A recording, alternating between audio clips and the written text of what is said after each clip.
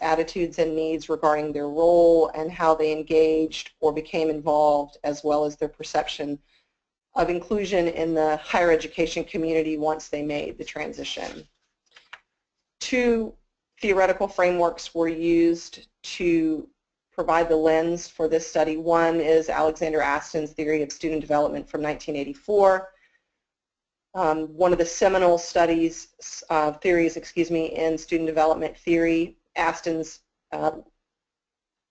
theory of student involvement related to how much physical and psychological energy a student was able to dedicate to their academic endeavors. And in using this approach, his approach, heightened student awareness and student involvement was seen as focusing less on any type of curriculum or methods instruction and more on what the students were doing and what amounts of time and energy they were able to devote to learning inside and outside of the classroom. The other theoretical frame was Nancy Schlossberg's transition theory. This theory also has been used a lot over the years in looking at student development and other student-related issues. It considers transition as any event or non-event that results in changed relationships, routines, assumptions, and roles.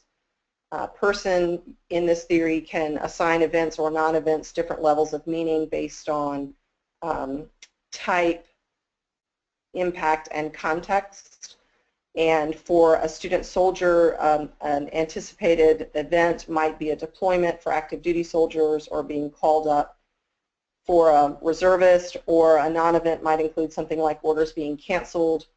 Related to context, that concerns the relationship to the transition and the setting.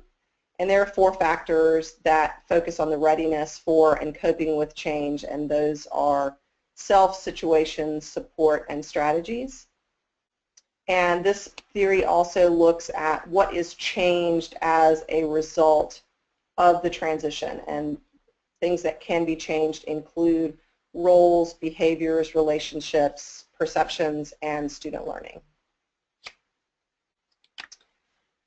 2 research questions guided this study, and they are listed here. Question 1 concerned the lived experiences of student veterans who were transitioning out of the combat theater and into or back into higher education, and factors that affected that transition. And question 2 was concerned with beliefs, attitudes, and needs that student veterans with disabilities had regarding their role and inclusion in the community, and in what ways those attitudes, beliefs, and needs were incentives or barriers to inclusion. And we'll talk a lot more about that later on as we get to findings.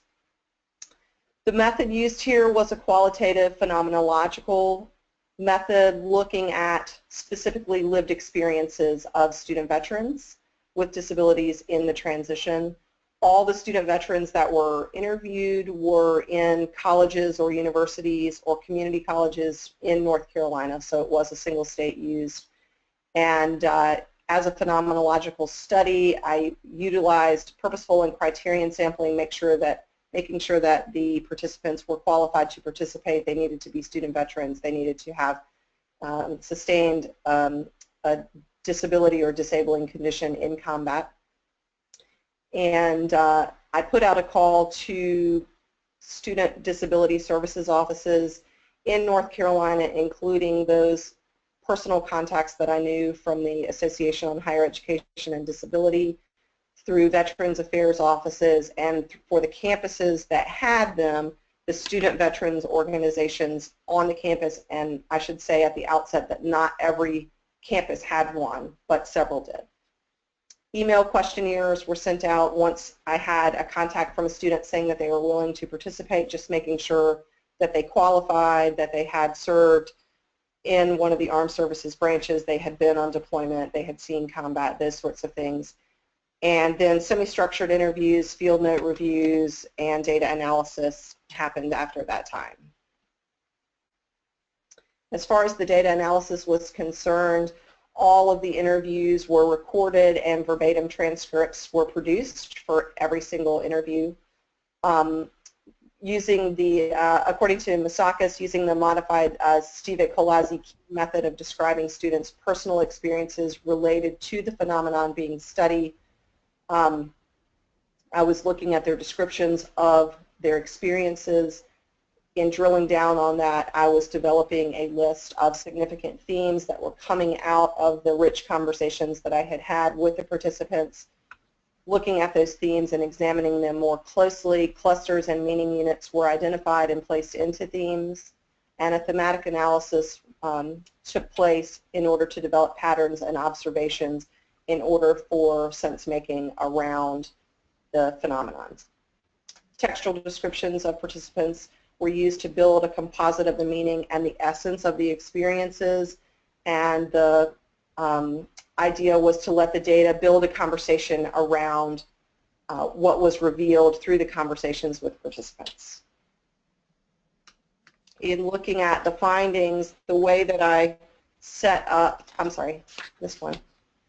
With regard to validation and trustworthiness, 3 primary methods were used to ensure validation and trustworthiness of the data. That was member checking, and the transcripts were sent out to students after they were transcribed for reactions, opinions on making sure that things were captured correctly, credibility of what was said, clarifying researcher bias, making sure that there were minimal preconceived notions about the data that could have an impact on the study, realizing that it's impossible to control for that completely, and then validating the data through verification of multiple sources through triangulation.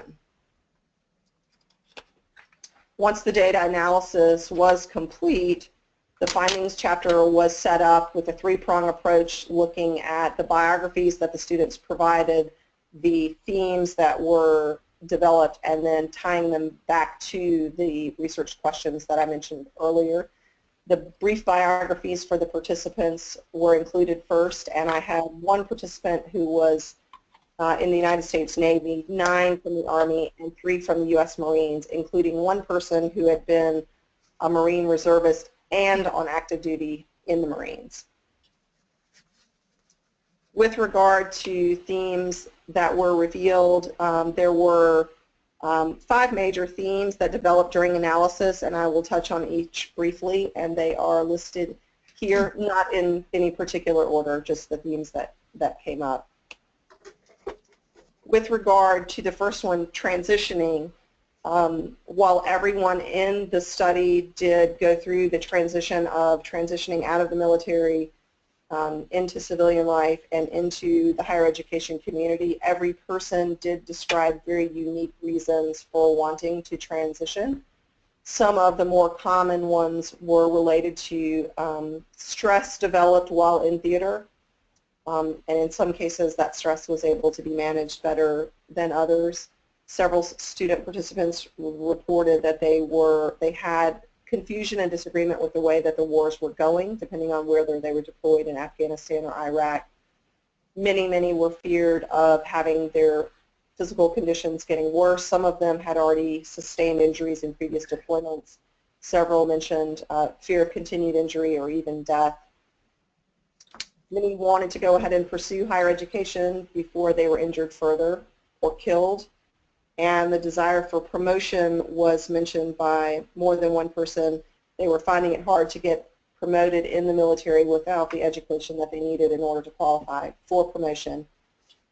And happiness was mentioned a lot, that people just were happier outside of the military than they were when they were deployed. Stigma was another theme that came out, and stigma, as defined by Byrne, is a marker of shame or dishonor designed to set one person apart from others in some way, typically in a negative way. In the case of the participants in this study, one of the things that students found themselves doing was hiding military tattoos or other insignia, including hats, military t-shirts, rucksacks. They were really trying to not appear as a veteran on campus. Many of them were growing their hair longer to get away from the stereotypical military haircut, so just minimizing visibility Due to extensive media coverage over the course of the year since 2003 when the original war started in Iraq, media coverage was believed to have traditional students on campus making assumptions about student veterans, that there was something wrong with them, they were damaged in some sort of way.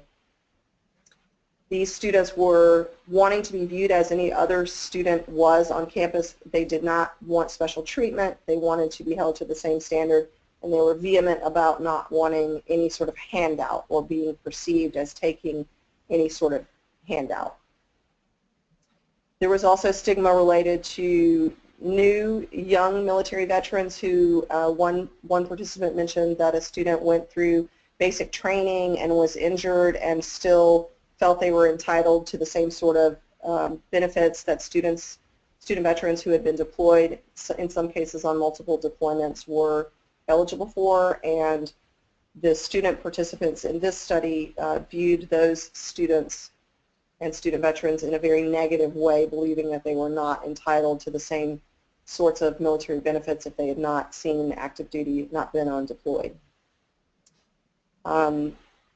A big issue that we talked about for a long time was this idea among traditional age students and even staff and faculty around the presumption that all student veterans come to college having been diagnosed with PTSD. In fact, only one in five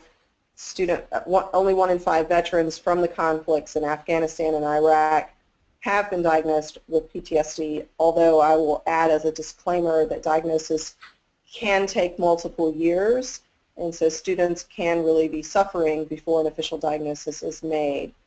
But 1 in 5 certainly would not indicate affirmation that the presumption is that all student veterans have PTSD, although veterans do account for 20% of the suicides currently in the United States. With relation to disability identity and the seeking out or using of disability support services, you can see on this slide some quotes from the participants related to their ideas around disability identity. They very much did not see themselves as students with disabilities, even though some of them were permanently disabled and their discharge from the military was due to serious injuries sustained in combat, including Paul, who I mentioned, who lost his left arm and left leg when he took a rocket-propelled grenade to his body armor trying to save other veterans in his convoy. Most interestingly to me and surprisingly, most of the student veterans in this study did not seek out or want to use services provided by disability support services on their campus, even though every single person would have been eligible for some. Jeff in particular, who has neurocognitive, neurological issues related to traumatic brain injury, reported that he does use them occasionally if he has a test that involves a lot of reading comprehension, because his memory and his ability to focus are just not what they used to be before he was injured. And several mentioned that they were willing to be classified as disabled on paper, while reluctantly, if it could help their family, to qualify for additional funds through the GI Bill, Pell Grants, disability rating through the VA system. But by and large, even though they were student veterans with disabilities, they did not perceive themselves in that way. On most campuses, participants in this study reported that specific coordinated outreach to student veterans was non-existent. There were 2 participants, Jason and Steve, who reported that their campus did a good job of providing support through email contact lists, in one case a student support center, and in both cases having knowledgeable staff on campus who understood what the benefits were, how students could get qualified for them, etc. But by and large, there was disappointment and frustration among student participants that staff who were the VA representatives on their campus did not understand basic aspects of military benefits, including realizing that the GI Bill could be coupled with Pell Grants to provide students additional money to cover books and things that were not covered with their GI Bill benefits. With regard to engagement, despite 2 participants feeling very engaged on their campus, again, that was Jason and Mark, most did not particularly feel like engaging was something that they needed or had time to do. One person even said, and I quote, "I'm here to do school and to learn. That's it." Because of some of the disabilities that these students presented with to higher education, avoiding social interaction, not being able to tolerate crowds, some of these other things secondary to psychological, psychiatric problems made it difficult to engage, even in cases where there was an acknowledgement by the student veteran that self-isolation was bad, it was having a harmful impact on their engagement with their family and their kids. They still sometimes did not have the energy beyond the recognition that it was a problem to do anything about it. On top of that, there seemed to be some interest in engaging with academic concerns. Jeff mentioned in his statements to me that there was an economics symposium that he thought was interesting that he might attend, but that doing things like going to frat parties or bowling night with 18 to 23-year-olds was not really something that he felt like he needed to be connected to, nor did he feel like a connection to the larger campus community was necessary for him. In some cases, our participants in this study were 10 or 20 years older than the traditional age college student, creating even less of an incentive to think that engagement in campus-related things that we would consider traditionally student affairs-related programming and things were necessary. In many cases, the participants had kids at home, and if they had competing demands on their time, spending time with their family and trying to navigate the VA health system so that they could get their medical appointments taken care of, travel, in some cases quite a distance to those appointments, were the priority over being engaged. Tying the themes revealed back to the research questions, there were 3 major elements that had the greatest impact on the lived experiences and transition of these veterans. The number 1 mentioned was the injuries suffered, physical and psychological. One person even described themselves as having an 80-year-old body with a 32-year-old mind, and realizing that they probably were as good as they're going to get. They're not going to be able to get very much better. Related to those injuries, there was an acknowledgement that particularly for those who had issues with psychological or psychiatric conditions, that stress was triggered by school, and an acknowledgement that in order to pursue higher education, managing of their stress was going to need to be a top priority.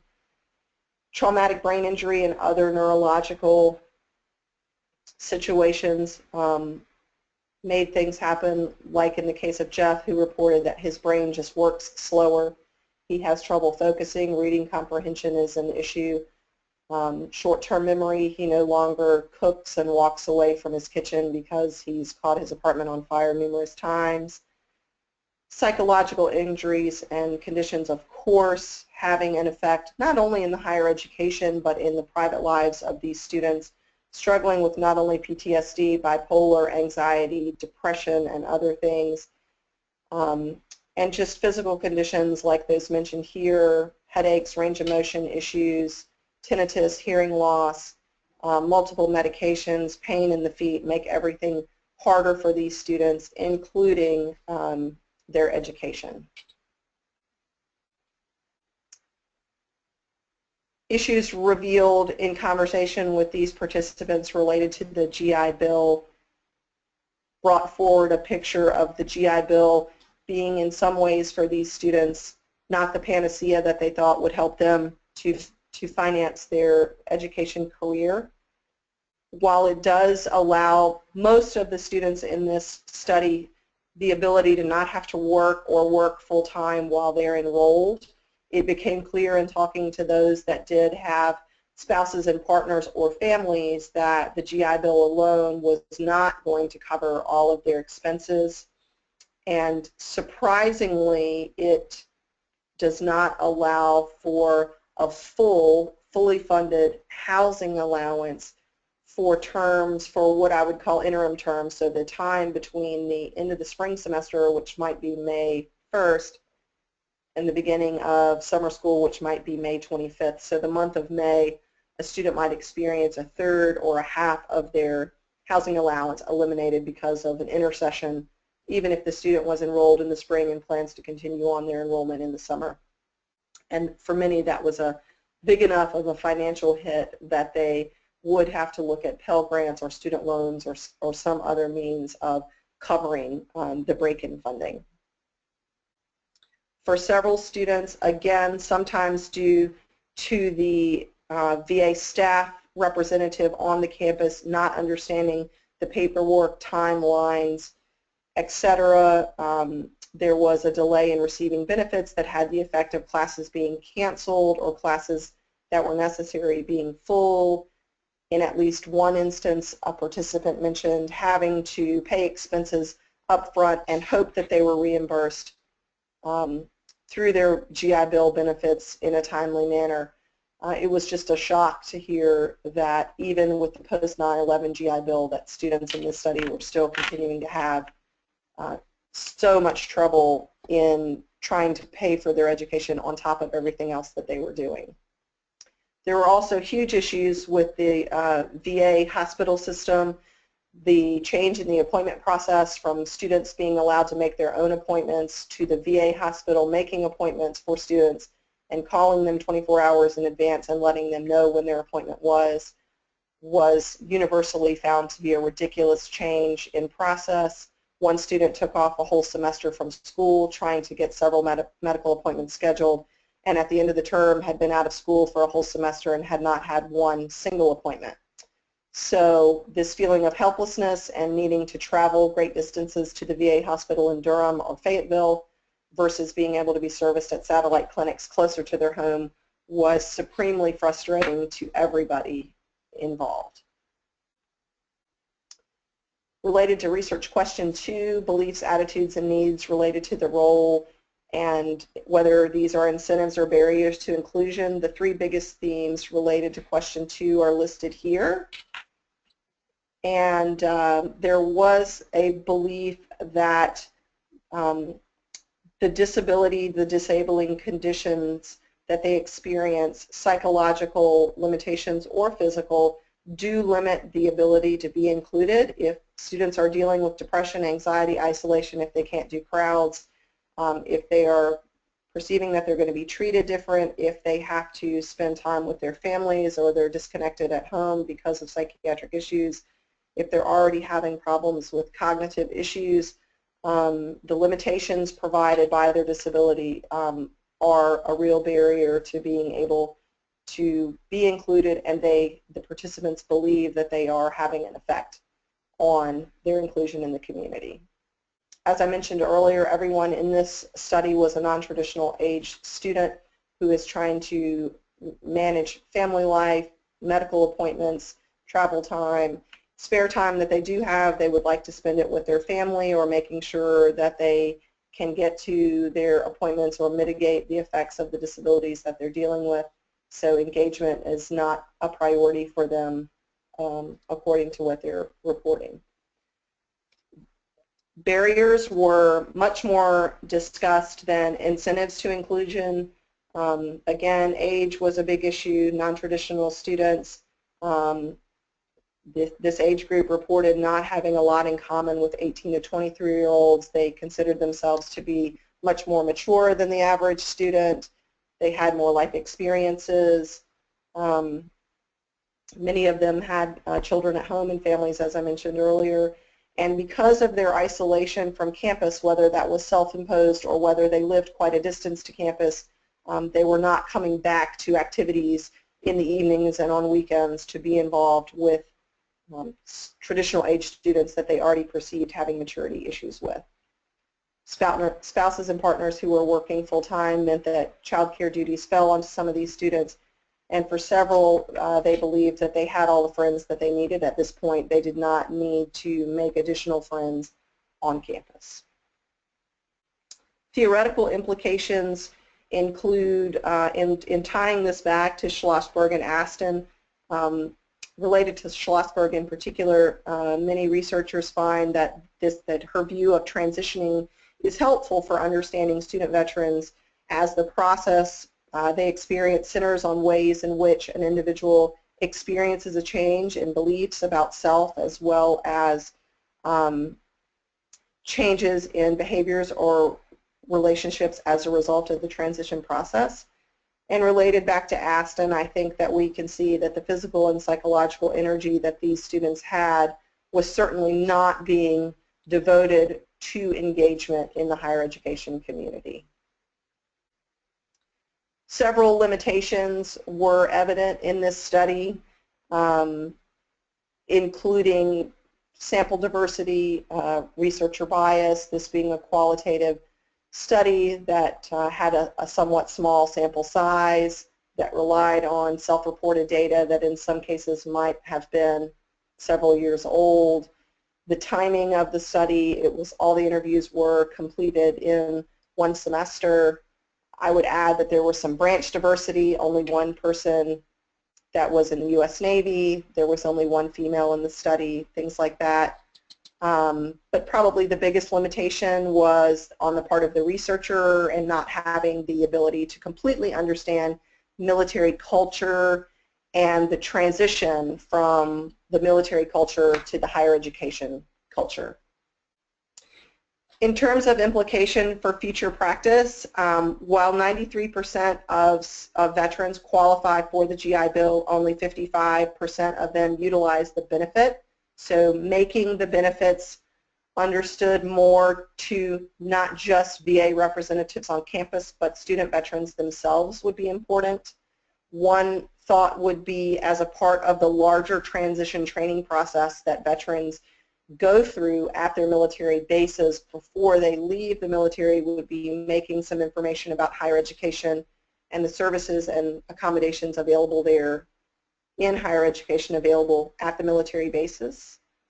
I think as student affairs professionals, we are often in charge of everything from orientation to weeks of welcome to identifying specific vulnerable populations or marginalized students on campus and addressing and developing programming that could play a key role in helping them transition and be successful in college. So better training for student affairs and other staff on campus would be important.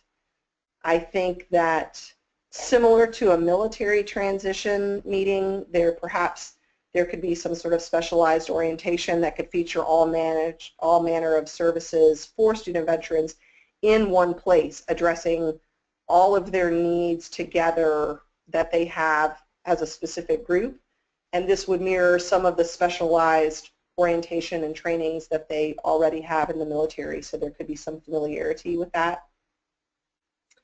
Peer mentoring, which has been shown to be a successful approach since the Vietnam era and provides access for veterans to speak to other veterans and share military traditions and values and experiences, would be a helpful thing for these students, as well as student veteran organizations on campuses. And I mentioned earlier that a few campuses did already have organizations, but not all of them. Some of the research, including that from Fain, seem to indicate that graduation rates tend to be low for student veterans, that dropout rates can be as high as 88%, whereas some of the research on student veterans that are involved in student veteran associations have graduation rates as high as 68%. So in some ways, these organizations offer the opportunity to reinvent the brotherhood that they had while in the military and get additional supports for themselves while they're enrolled. I think it's clear from this study that student veterans with disabilities are dealing with multiple life roles, and this results in constant competition for their time and this is a barrier to them getting engaged on campus as we see in the more traditional age student. I think that another area that could be an area for future study would be more information on student veterans not getting treated in a timely way through the VA hospital complex. Certainly their new appointment process needs review, and this actually has gotten a lot of national attention this year. And finally, there's been previous research such as that was done by Pershing that indicated that experiences around hazing and other initiation rituals are different based on gender in the military. So a better understanding of female student veterans with disabilities and female student veterans in general could be an area that might produce a lot of new and rich research for student veterans. And that's it. I'm sorry I went a little bit longer than 20 minutes. Okay. Thank you. I think everyone is back. Thank you for that overview of your study. Sure. I want to first go ahead and give some reflection for, I guess, if you want to go ahead and get to our question and answer section, being that we do have a limited amount of time here. Dr. McCready, you're our second reader. Would you like to start with your question, please?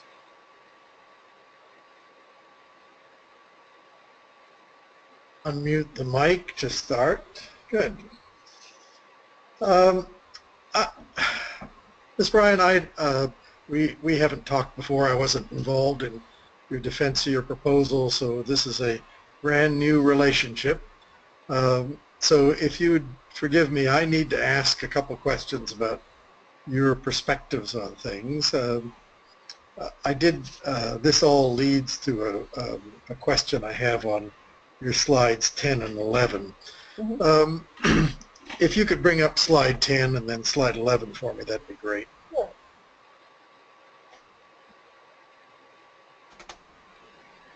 Can you see slide 10 here? Let's look at 11. If you go back to 10, I was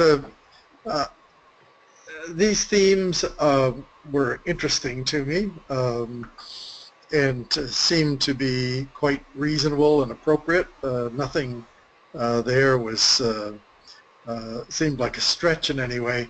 I'm curious, just in terms of your own positionality. Obviously, you're a professional and interested in supporting these disabled veterans in their work at the university. And I presume you're, would you categorize yourself as simply workmanlike, journeyman-like, or mildly passionate, or extremely passionate and an active advocate? I would say certainly, I would say passionate and an advocate in my role, yes. And what's your personal view of the wars? My personal view of the wars in Afghanistan and Iraq? That's correct.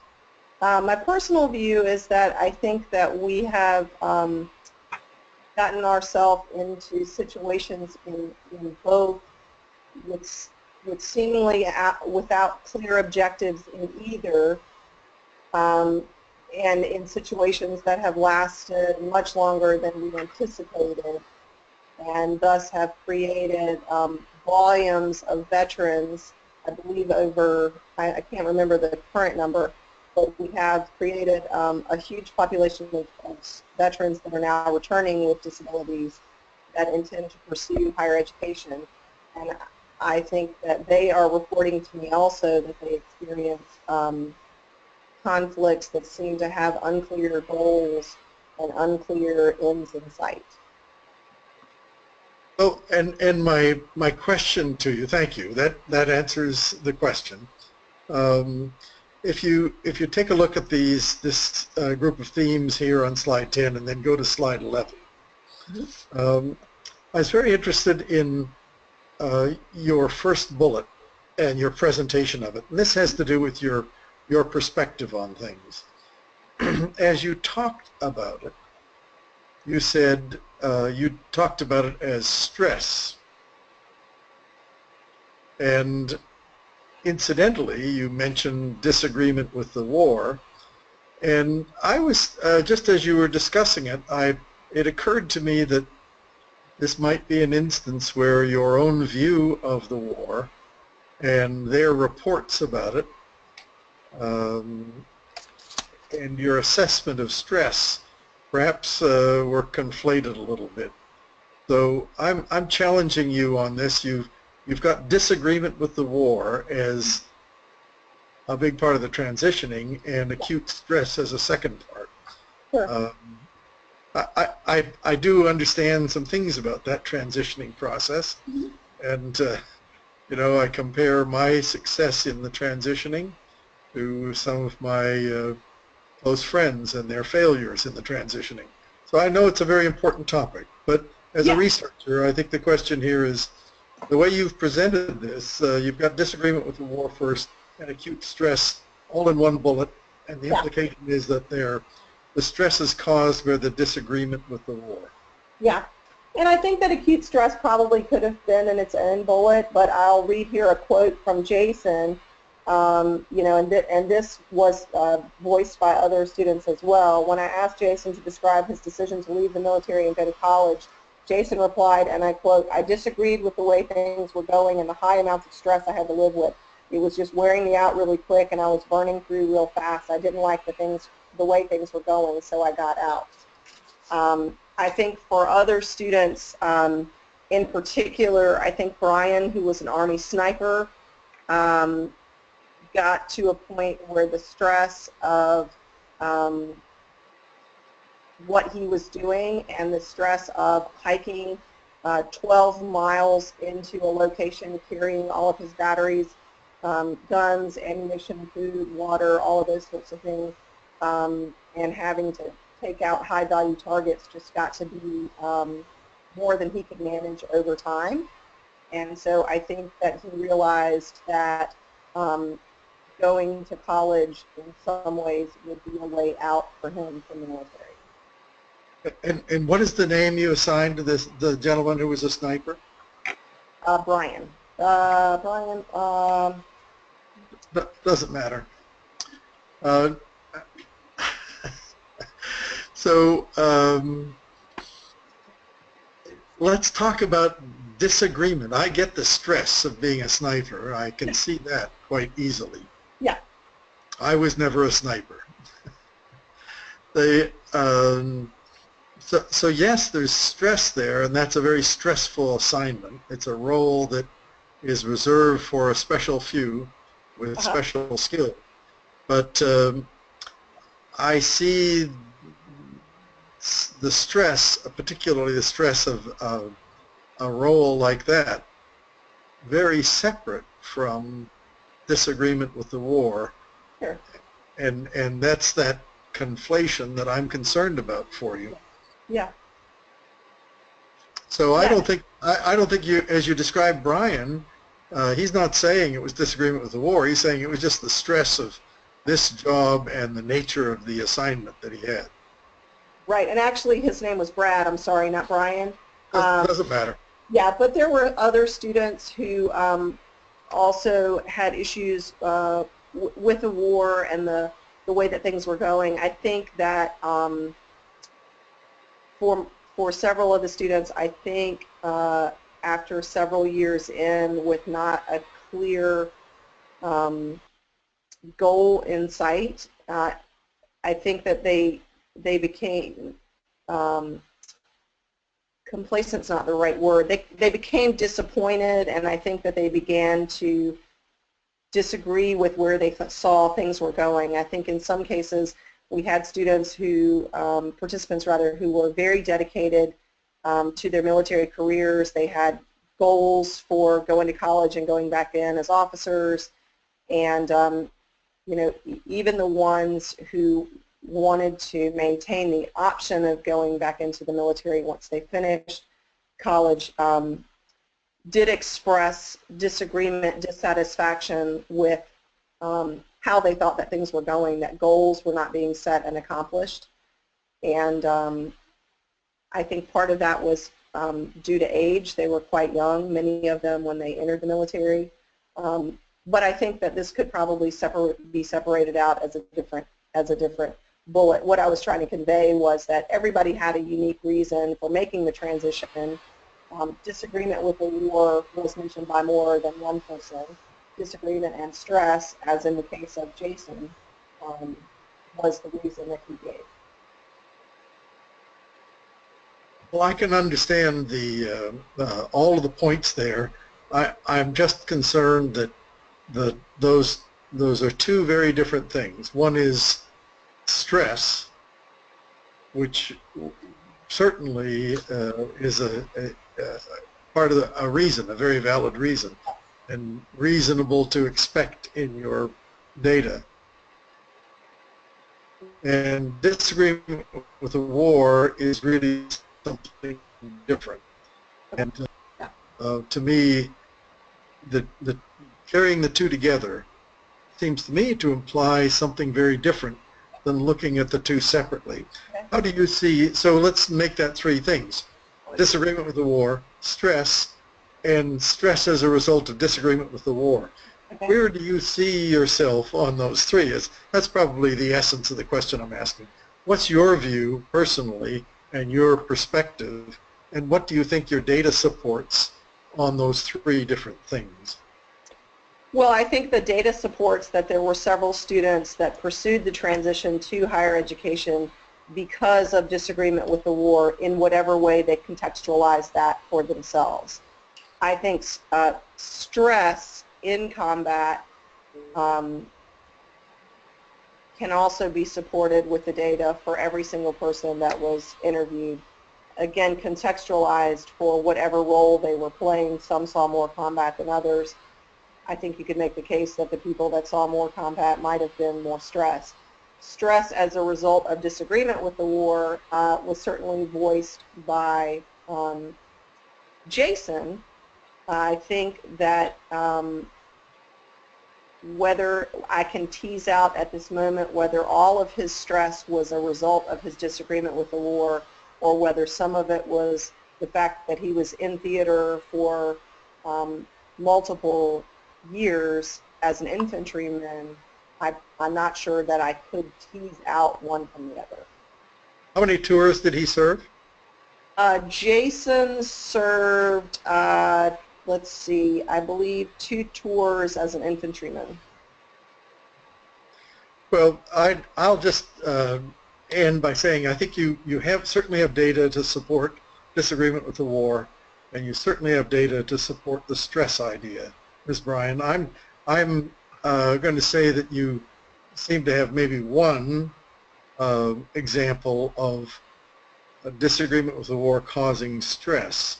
So I'm feeling some caution on that being a conclusion. I see the theme of disagreement. I see the theme of stress, but I don't hear you explaining a theme of stress as a result of disagreement with the war. Okay. That makes sense? Okay. Yes. Yes. That's fine. I think it's an interesting point, and I have to say I recall the interview I had with my commanding officer when I submitted paperwork to leave the service, and it was disagreement.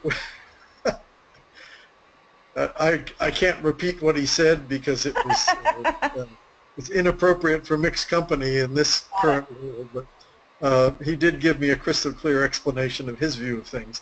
Yeah. So when somebody makes that transition, decides not to continue in the service as a career, there's a lot of big issues that's in play. It's a major life event because there's very few people who sign up for the military willingly.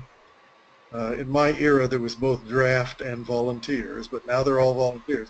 Very few who don't have it in their thinking, or at least cross their mind seriously, that they would stay in for the full 20 years or maybe 30. Yeah. Or as you've pointed out, be in, have credit for that time, and sign up again as an officer or with more education and advanced placement. So that business of transitioning out and the reasons, this is an important one, and I'm hoping we can get great precision in your description of it. Yeah, I've got notes on that. Okay. Right. Can we hear from our third reader? Hi. Can you hear me? Yes. Okay. I can't tell whether I'm new to this particular schema, so I wanted to make sure you can hear me. So I would agree with you, Dr. McReady. I think that there was probably not the sufficient support for combining those, but I think certainly Ms. Bryan has support for these two independently, so I would certainly concur with that. If I could just skip to something that I was sort of curious about in part of your answer to your research questions, and you talked about the VA healthcare system quite a bit, and I think what's clear is that has a huge impact on veterans' lives. What's not as clear to me in your document is how that then translates into their success or non-success or experiences with higher education. I mean, I think intuitively we can make some assumptions about that, but can you talk about that a little bit more? You don't have to talk about it a lot, but I think that's got to be clear if you're going to make that such a big point in your document and in your presentation, your recommendations. Right. So I think that the point that I was trying to make is that the issues around the VA system and how difficult it is for student veterans to, well, let me get back to research question number 1, which I was talking about the major elements that had the greatest impact on the lived experiences of the student veterans, and I talked about all of the wait times and the change in appointment processes and all of this sort of thing, and satellite clinics versus going back to Durham or Fayetteville. I think that what the student participants were trying to relay is that the difficulty that they had with the VA and how much time and energy it took to manage all of that took away from time and energy that they had to devote to their studies. In the case of Jeff, I mentioned he took a whole semester off to try to get his medical appointments set up. Right. Couldn't get any in a whole semester, and was right back where he was, not getting the treatment that he needed, not getting the diagnosis that he needed. So in the case of somebody like him that has neurocognitive issues secondary to a traumatic brain injury suffered in theater, I think putting the supports that he needs in place in order to be successful in higher education through proper diagnosis and treatment at the VA was what he was looking for. And I think that what he has found is that because of the issues with the VA system and not being able to access what he needs, he basically is just struggling through the best that he can. And I think that was a similar issue relayed by a number of the participants, that because they're not getting the help that they feel like they need and deserve as veterans, they're doing the best that they can, which in some cases is not great. So, I think that's intuitively makes a lot of sense, and I'm not sure where I'm sort of morphing into the document now, but I think there's some places that, there's a couple things I would say just in general. I think that you do what I see a lot of students do, which is you've got good data and you've got your findings, but you are hesitating to make some statements about those findings that I think you could make legitimately. I mean, you don't want to go too overboard, as Dr. McReady was just saying, but you also want to be able to make statements as to the implications of the findings, maybe beyond the words of the veterans that you've quoted. And there's a fine line there. We can talk about that a bit. But it seemed to me that this was a key piece, and that it was an interesting linkage as well to me that there's these problems associated with the VA hospital on the one hand in the system, and on the other hand, the veteran students, as I can understand, are disinclined to make use of the disability services at the university. So I mean, one can say a lot of things about that. Like if they got better service at the VA, would they need the disability services? If they got better service at the VA, would they feel more comfortable with the disability services? I mean, there's some things one could speculate about around that. But those, that seems to be an important piece of what you talked about that I think needs some fleshing out and some thinking about on your part. Okay. And may I ask one other question that's unrelated to that? Sure. Okay. The other thing that sort of occurred to me that when I was reading your document, and age is certainly something that you talk about here, and I don't know if you thought at all or considered looking at all at the literature on non-traditional age students, just non-veterans, non-disabled, non-traditional age students, because it does seem to me that you might find some commonality there in terms of the difficulties non-traditional age students have just in general being in the classroom with 18-year-olds and 20-year-olds. So again, the veteran status and the disability status adds layers onto that, but age again is one of your big findings, and I think that you might need to think just a little bit about, is this just because they're non-traditional, or is it because non-traditional aged, or is it because, and/or is it because age is one of seveal factors that just complicate this experience for them? So that was, do you have any thoughts about that? Or, I mean, I certainly, I didn't ask you to do that in advance. I just don't know if you have any thoughts about that. Yeah, I think that I think the literature on adult learners and non-traditional age students talks a lot about age being both a barrier and creating a different set of expectations among that group of students that is very different from traditional age students. I think that certainly it's worth looking at, because I think that independent of the other sort of unique needs and issues that this group of students brings, if we already know that they're having the same issues that just a regular non-traditional age student would have, then maybe making the linkages between those two things more clear would help support the argument. Okay. Dr. McCready? Good. Thank you, Dr. Aker-Rich. I have to agree with the point about non-traditional age students. I think that's an excellent question, and really needs to be accommodated in this, because we are, the two are crossing over here. So that's an excellent perspective, and I wholeheartedly support it. My second question is really sort of a two-parter. They're not particularly related. If you could just go back to your slide number 9. This makes the point pretty clearly that you've got representatives from the Navy, the Army, and the Marines.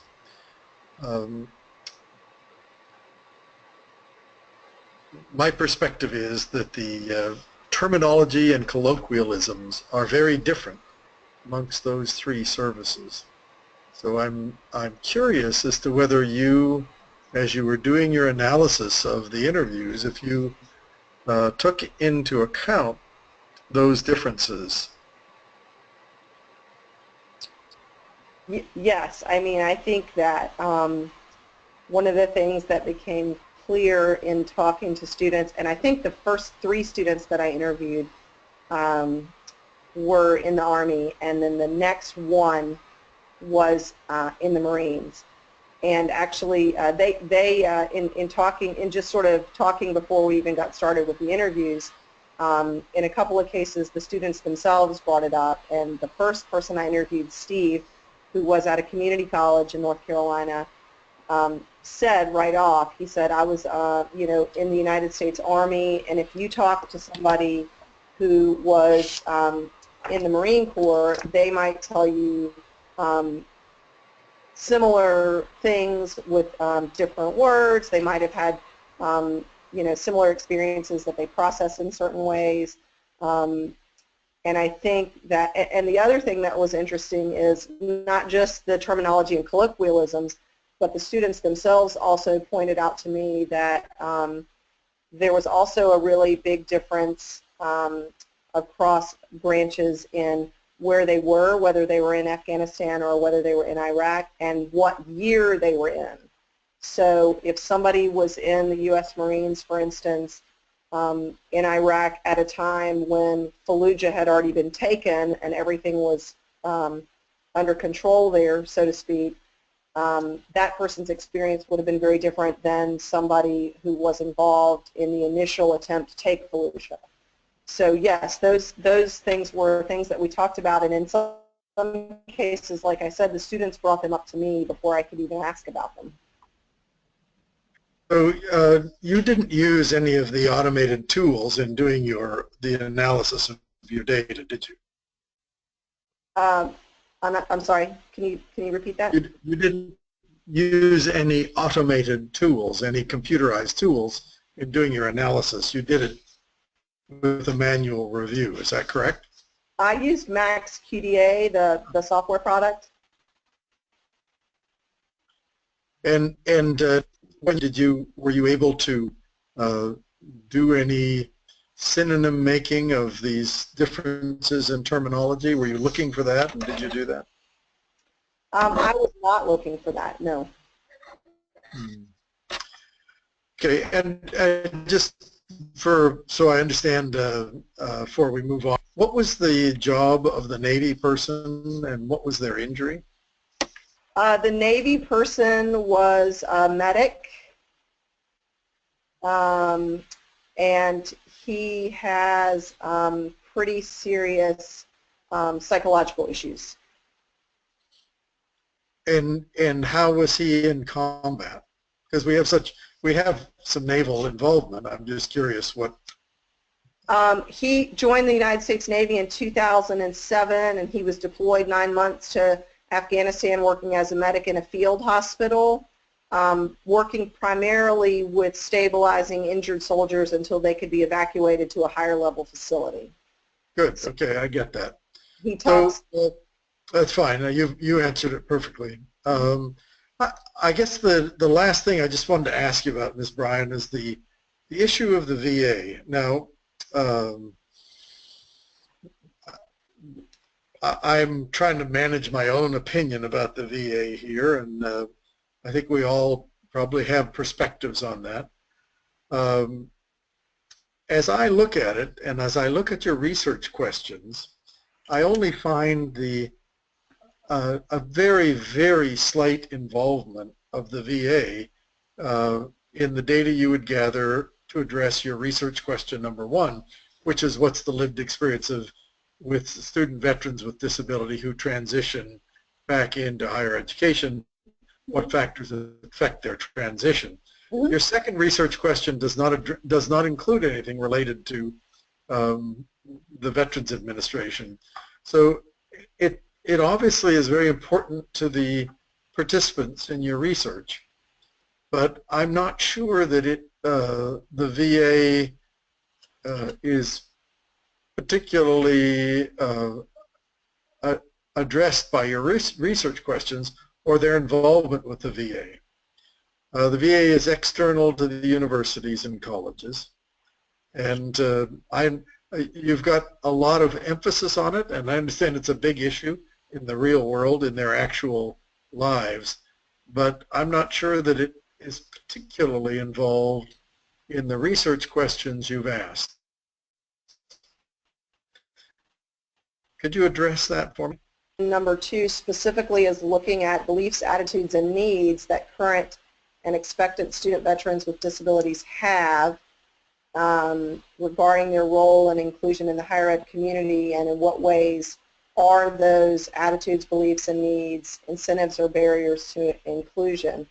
I think what I was trying to do was to show that the participants in the study had both very passionate beliefs about the VA health system as it is currently set up, and to show that if students are having to spend inordinate amounts of time either trying to get appointments or travel to appointments at a great distance from where they live and go to school, that for some participants in the study, they were reporting that as a barrier.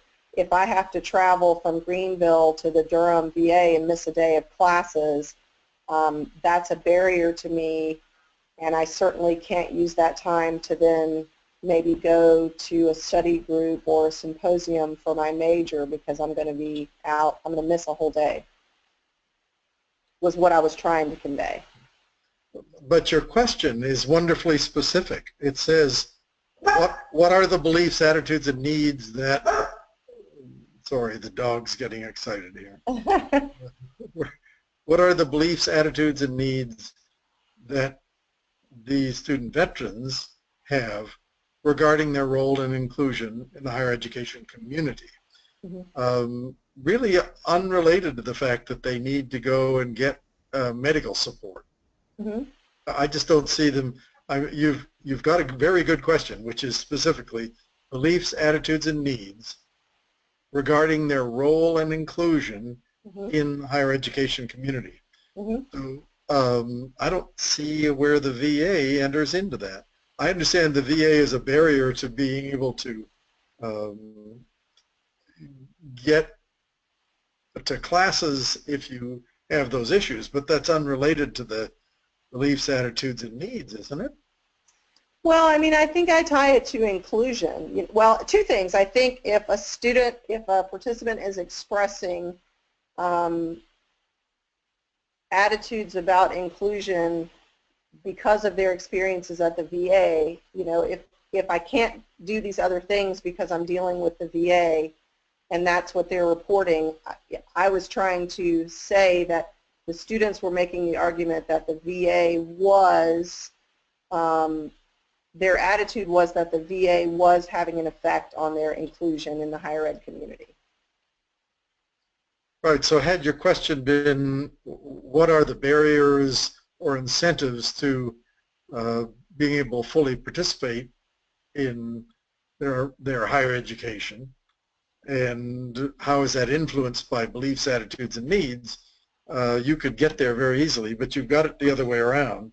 Okay. And the way your question is worded, the VA hurdles that they have to get over, as real and significant as they are to the individuals, I'm just not quite sure that they are in the center focus of your research question. Okay. Might I follow up on that, Dr. McCready? Please do. Please do. I think that was what I was struggling with initially, and in my first question about how the relationship to the VA and the impacts it has on higher ed. And so, I mean, I think I could argue it in a number of ways, but I think that you've got, there's some difficulty with how you presented it, and so I'm going to try to twist the question just a little bit and see if this makes it work or not. Okay. If you look at your second question about the needs, mm-hmm.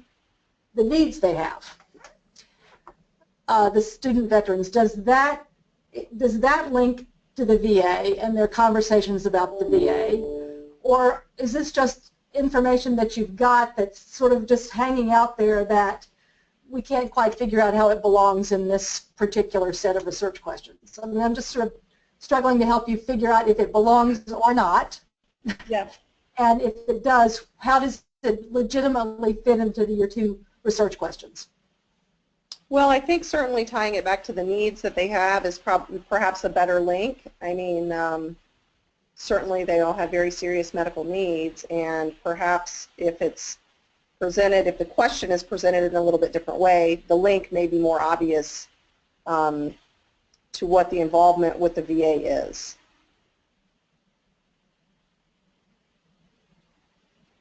Does that make sense? Yeah, no, I mean it does. I mean, I mean maybe that's where we struggle as a committee to figure out if this fits or not. I don't know. We don't get to go back and rewrite the research question. Right. Exactly. That's right. But no, yeah. Yeah, if I can just add on to that, Dr. Egerich, I think there are some additional findings that would address issues that were not directly raised in the research questions, and we're certainly free to include that. Right. So that would be a structural thing in the write-up that we could get there, and I would certainly defer to Dr. Patterson and you, Dr. Egerich, on that. But it seems to me there's a VA issue here that really is sneaking under the radar to get in on either of the questions, and it deserves to be raised. Perhaps you know, if for example, if we were doing this as a quantitative study, we would raise it as what's called post hoc analysis. After you've done your data analysis, you say, hey, there's something more here, and I'm going to address that, and I'll go back and rerun some data and bring this out. And that's really sort of where I'm headed on this. I think that makes a lot of sense. Yeah, I think that makes a lot of sense. Because I think you're struggling, and to put it in a place that is with these two research questions, and I don't know that it's there. I think you're exactly right, Dr. McCready. Right.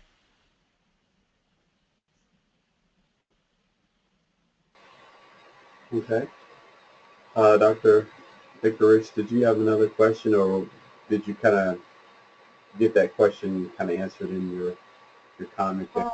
Because what I'm hearing is that is a really important point, and I think I mentioned that also, not in depth with the VA so much, but to your first question or your first point as it relates to the non-traditional question for our students as far as student access, we actually brought that up just a couple minutes, or last night we talked about it just briefly and how that connection is there. But did you have a question that you wanted to ask? And if you didn't, that's fine. If you do, that's fine. I had one other quick thing to just sort of think. I mean, I think it needs clarity. Okay. So, Ian, you talk about triangulation, and you know, normally we talk about triangulation of at least having two sources, and I'm a little unclear as to what you're counting as those sources.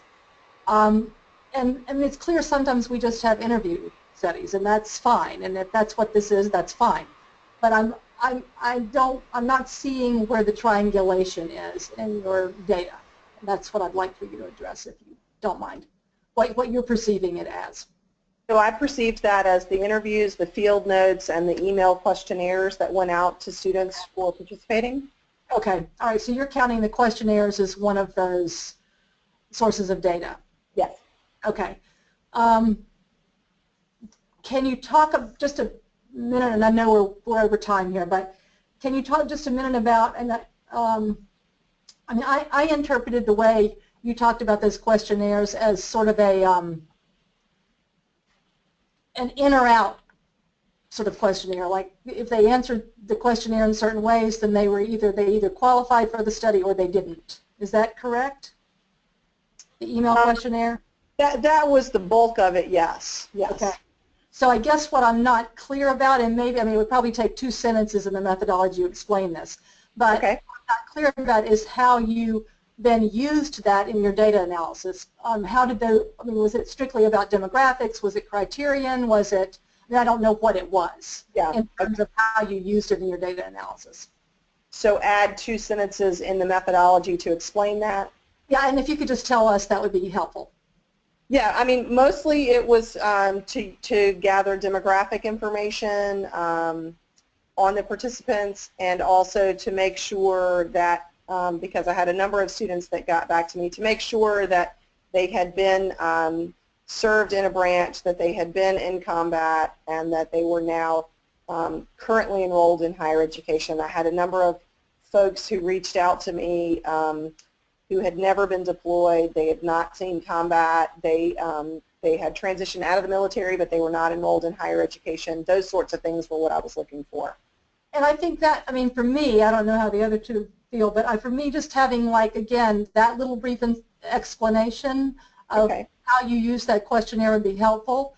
And that also tells me, as a reader, that you actually followed the criterion that you said you were going to follow, and that you did discount some people, and the basis upon which you discounted them is then clear. Okay. So that's just my thought about that. Okay. But that was all I think I have for now. Okay. Okay, great. Were there any other comments? I'm actually trying to capture some of the major themes here that we would go back to and discuss.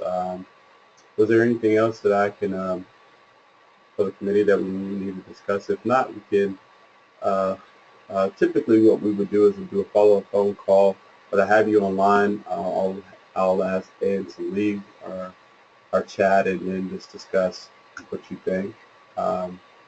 Were there any other questions at this point or any other comments? I know that per my request, if you can send those to me directly through email and or if we need to do a follow-up, we will.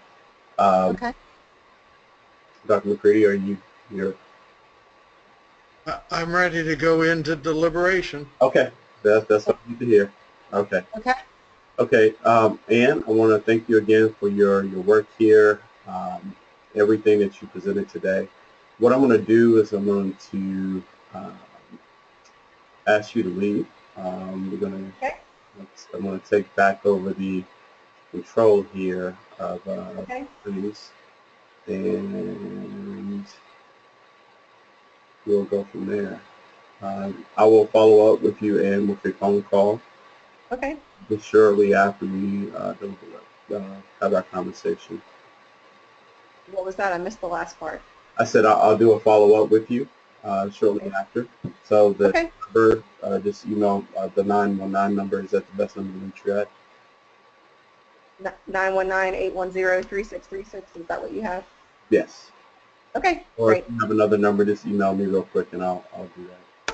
Okay. Thank you. Okay. Thank you. Thanks, everybody. Bye. Bye. Bye.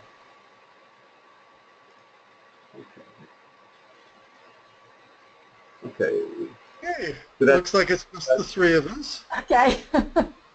I'm trying to make sure that I